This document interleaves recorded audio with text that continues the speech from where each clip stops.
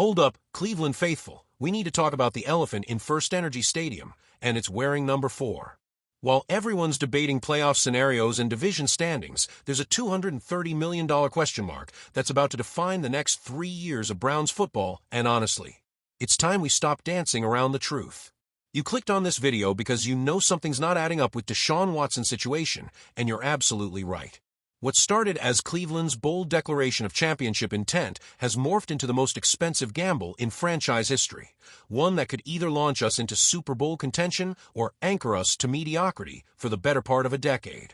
Here's what nobody's talking about in the mainstream sports media, but every Browns fan is thinking. Watson's recent Achilles re-tear isn't just another injury setback. It's the latest chapter in a story that's becoming increasingly difficult to justify, both on the field and in the salary cap spreadsheets that keep Andrew Berry up at night. Let me paint you the real picture here. Since donning the orange and brown, Watson has managed just 19 games across 3 seasons. 19 games. For context, that's barely more than 1 full season's worth of football for a quarterback the organization mortgaged its immediate future to acquire. When he has been healthy enough to play, the numbers tell a story that's hard to sugarcoat, an 87 passer rating that ranks him somewhere between backup caliber and replacement-level performance. But here's where it gets really interesting, and why this situation is more complex than the hot-take artists on sports radio want to admit. The Browns didn't just trade for Watson, they restructured his contract twice in the past year alone, once in December 2024, and again just this past March. That's not normal roster management. That's financial maneuvering born out of necessity, not strategy. The harsh mathematics of Watson's deal paint a picture that should concern every Browns fan who's been patiently waiting for this championship window to open. Over $126 million in guaranteed money still owed over the next 2 seasons, with a 2026 cap hit that balloons to over $80 million. Even after his contract expires, Cleveland will be paying Watson through 2029. Think about that for a second. We could be dealing with the financial ramifications of this trade when today's high school freshmen are graduating college. Now, before you start typing angry comments about giving up on players too early, let me be clear. This isn't about Watson's talent or character. When healthy, he's shown flashes of the elite quarterback play that made Houston's decision to trade him so controversial in the first place. The problem is that when healthy qualifier has become the defining phrase of his Cleveland tenure. Here's what makes this situation fascinating from a league-wide perspective, and why other front offices are watching Cleveland's every move like a case study. The Houston Texans, under Nick Caserio's leadership, managed to extract maximum value from what many considered a no-win situation. They leveraged interest from 4 different teams, the Browns, Falcons, Panthers, and Saints, to secure a treasure trove of draft capital that's now helping them build a sustainable contender. Meanwhile, Cleveland's aggressive pursuit, while admirable in its championship ambition, has created a scenario where the team's flexibility is severely limited. Every roster decision, every free agency move, every draft strategy has to account for Watson's massive cap footprint. It's like trying to build a championship puzzle when one piece takes up half the board. The AFC North context makes this even more compelling.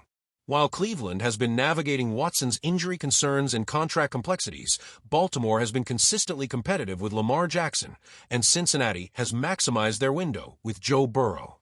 The division isn't waiting for Cleveland to figure things out. It's moving forward, and every season of uncertainty makes catching up that much more difficult. But here's what separates the real fans from the fair-weather crowd, understanding that this story isn't over yet. The Browns organization knew they were taking a risk when they made this move. They calculated that Watson's ceiling was worth the potential downside, and while the early returns have been disappointing, writing off the investment entirely would be premature. The upcoming months will be absolutely critical, not just for Watson's recovery, but for how this franchise positions itself moving forward. If Watson can return to even 80% of his Houston form, suddenly that contract looks like shrewd investment rather than organizational albatross.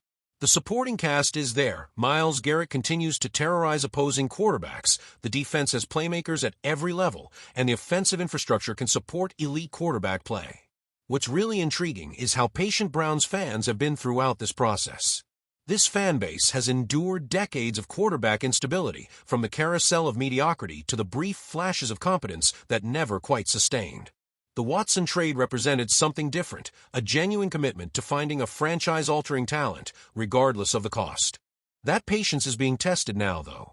Every restructured contract, every injury report, every underwhelming performance adds weight to the question of whether this gamble will ultimately pay off. The financial reality is that Cleveland has roughly 2 more seasons to see significant return on this investment before the cap implications become truly prohibitive. If you're getting value from this deep dive into the Browns' most important storyline, smash that like button and subscribe to Browns Breakout for the analysis that goes beyond the surface-level takes.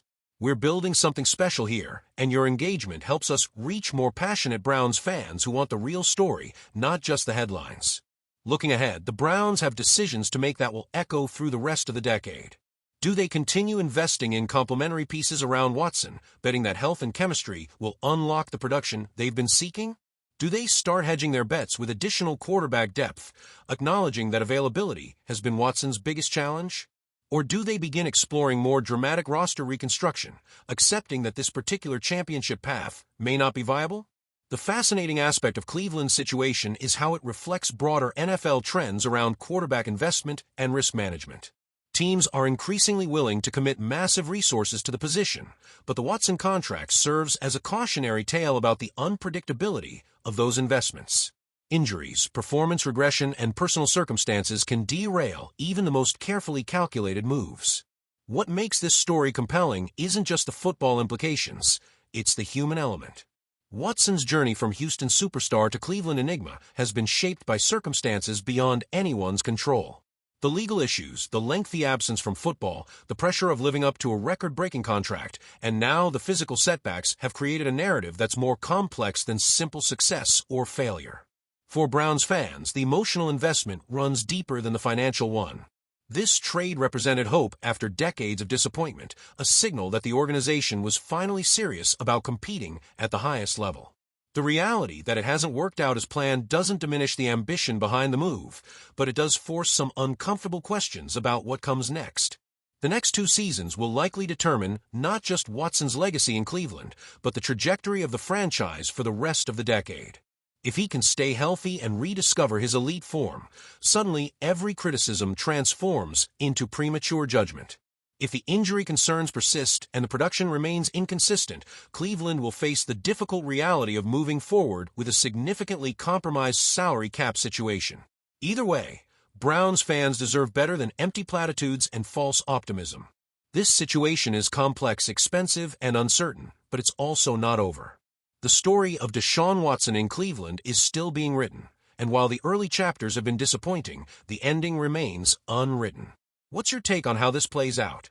Are you still believing in the Watson investment, or do you think Cleveland needs to start planning for alternative scenarios? Drop your thoughts in the comments because this conversation is far from over, and your perspective matters in figuring out where this franchise goes from here. The Browns' championship window isn't closed yet, but it's definitely not wide open anymore, and how they navigate the Watson situation will determine everything that comes next.